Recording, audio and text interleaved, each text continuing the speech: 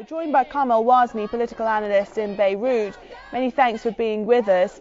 Now, we are getting some breaking news from Jordan as well. So just before I ask you my question, let me get our viewers up to date.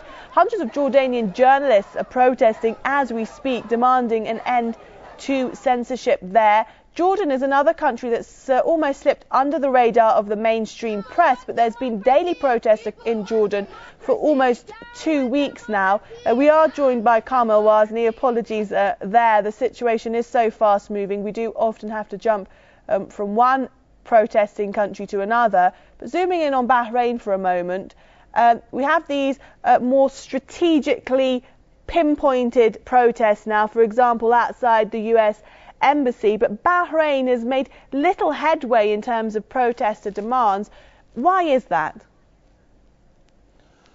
Well, we have to point out that the United States and the administration of the United States were very comfortable up to this point because the demonstrators in Bahrain haven't raised or chanted against the USA or the Navy that is stationed in Bahrain. Today, after almost 2 weeks in Bahrain, or the people of Bahrain decided to surrender the U.S. embassy and chant against the U.S. embassy because the United States always claim that they support democracy and they support the movement of the people to voice their opinion and call for change.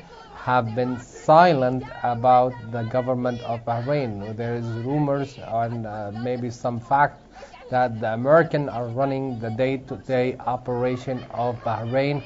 The undersecretary for Near East of the United States, Feltman, been in Bahrain for a couple of times in the past week. Probably he's given orders to the Bahraini how to counter the demonstration in Bahrain. Today, the Bahraini people came out and they said, "Hey, you, the United States, we question your existence here in the country, and obviously this cannot resonate within the Obama administration because the Obama administration know that up to this point they've been lucky. They think they've been lucky because the Bahraini didn't go against them." We know Bahrain is a strategic point for the American. They have the Fifth Fleet. They have 2,300 American. I called it as a mini Pentagon of the Middle East. They actually run their operation for Afghanistan and Pakistan, and they spy in Iran, and they probably surveillance over the Persian Gulf. So it's a strategic location for the United States, and the United States from day one don't want it to be involved directly of what is taken in Bahrain. And the Bahraini up to now didn't really they kept it with the king and with the government of Bahrain, but obviously as the situation evolved and the American actually calling the shots, the Bahraini decided to go to the U.S. embassy, the protector of the monarchy in Bahrain, and they wanted answer from this embassy that is actually supporting the monarchy and running the show on a daily basis. Well, and if we could answer briefly, there are those who say that America or other countries, let's not just focus in on Washington, are meddling, or they have a hand in everything that's going on right across the region. Do you agree with that? And do you think in places like Washington there is a scramble now, just trying to keep up with everything that's going on? Because it's not just one country. Every day, somewhere seems to be added to the list of protests.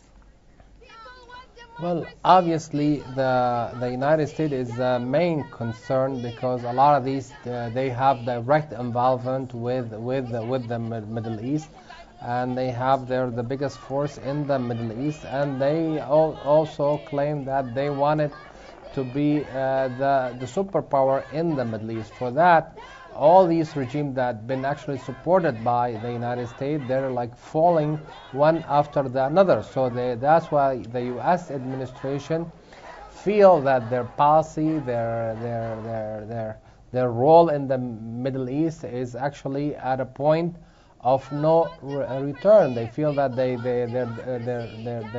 their power being diminished because all their allies in the region actually under attack or ousted from power.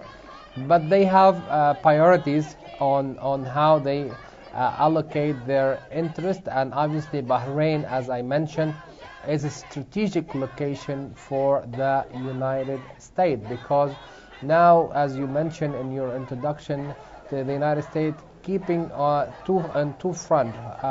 One, the economic front with the rising prices of oil, and obviously this application for the U.S. economy and for the world economy, but mostly for the U.S. economy, because now we hit a new high for Brent oil or for NYMEX oil, where it's the highest in couple years since I think probably 2000, the latest 2008.